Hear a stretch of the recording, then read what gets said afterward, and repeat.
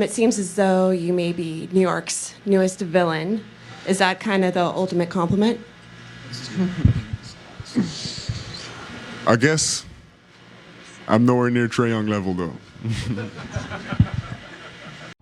All right, something happened in Game 3 of the NBA Finals, and most people was too busy talking about the refs. They completely missed it. Victor Wembanyama might have just cracked the code. And if the Knicks don't have an answer by Game 4, this series is about to get very uncomfortable for New York. Now, let me show you exactly what I'm talking about. Let's go back to Games 1 and 2. The Knicks won both of them in San Antonio, and the reason they won was actually pretty simple. The Knicks made Wembanyama uncomfortable. They used their physicality to push him away from the basket. They made him settle. And when Wembanyama settles, he becomes a really good player, but not an unstoppable one. The numbers prove it. In Game 1, Wembanyama's average shot came from 17.3 feet away from the rim.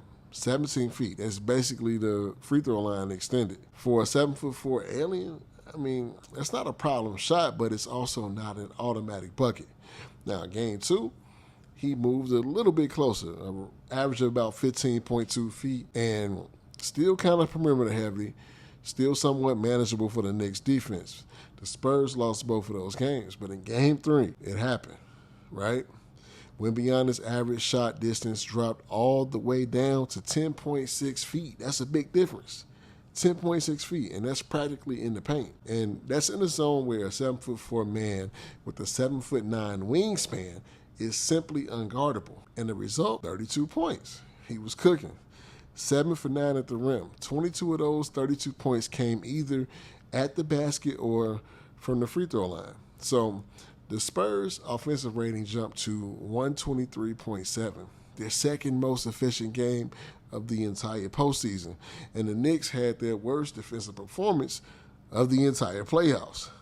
Of course, it's going to end in an L. And all because Wembanyama moved 6 feet closer to the basket. Now, here's what makes this scary. This wasn't random. It wasn't luck. It was a conscious, deliberate adjustment. He finally listened to somebody. The Spurs watched film after losing those games 1 and 2. They identified exactly why Wembanyama was being neutralized, and they built a specific game plan around getting him to the rim. In Game 3, Wembanyama set 35 ball screens. 35. That was the third highest total of the entire postseason. And 16 of those 35 screens were designed to create two weak side options at the same time, forcing the Knicks defense to make impossible choices. Like, do you send help and leave a shooter open, or do you try to guard Wembanyama one-on-one at the rim? And who can do that? Because neither of those options is a good one. I mean, they got shooters. When the Knicks went small, whenever Towns or Mitchell Robinson was off the floor, the Spurs ran a simple pick and roll, and Wembanyama just glided to the rim and dunked over whoever was in the way, over Mikal Bridges, over everyone. The Spurs coach, Mitch Johnson, summed it up perfectly. He said he expected nothing different from Wembanyama than a strong performance and him being on his front foot in attack mode. Now, that's a team that knew exactly what adjustments they was making and executed it flawlessly. Now, here's what makes this even more impressive. This kid has never been to the NBA Finals before. The San Antonio Spurs are the second youngest team in the NBA Finals history, and yet, after losing 2 games on their home floor, after blowing double-digit leads in both of those games, after Wembanyama himself threw a costly errant pass off his own teammate's back at the end of Game 2, he responded by going to a park in New York City, sitting on a bench, sketching a statue in front of him, just to clear his head.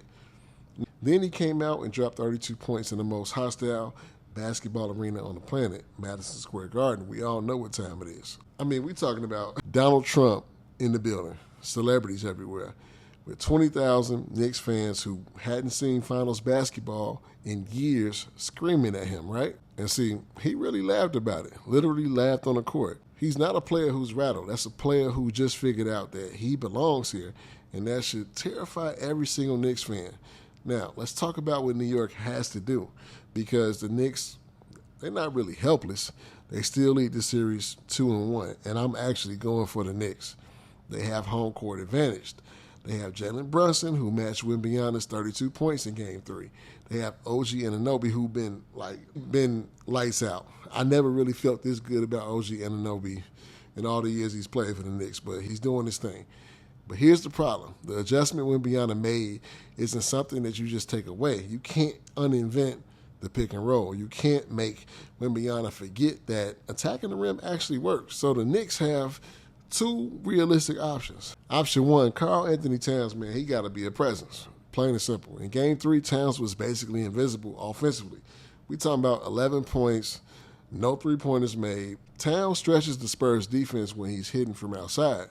But when he goes cold and the defense collapses, and suddenly Wembanyama has more room to operate. Towns from Game 1 and 2 in Game 4.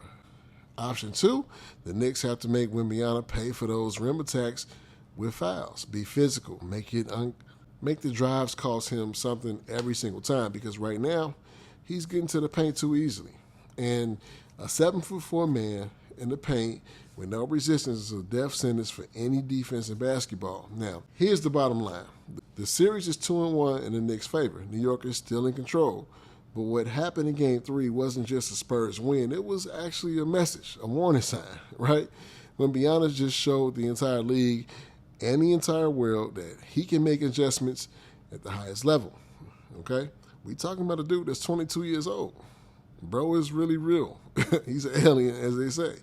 So in real time, under maximum pressure on the biggest stage in basketball, the Knicks were one bad half away from an actual sweep, right? Now they're one bad game away from a tied series. And somewhere in the film room right now, Mike Brown and his staff are watching Wembanyama's Game 3 tape on loop, I'm sure, right? Trying to figure out how to put him back 17 feet from the basket. So in Game 4, I'm not sure that the Knicks have a, clean answer, But what y'all think? Do you think the Knicks can stop Wembanyama in Game 4? Drop your predictions in the comments. And Kat, please show up.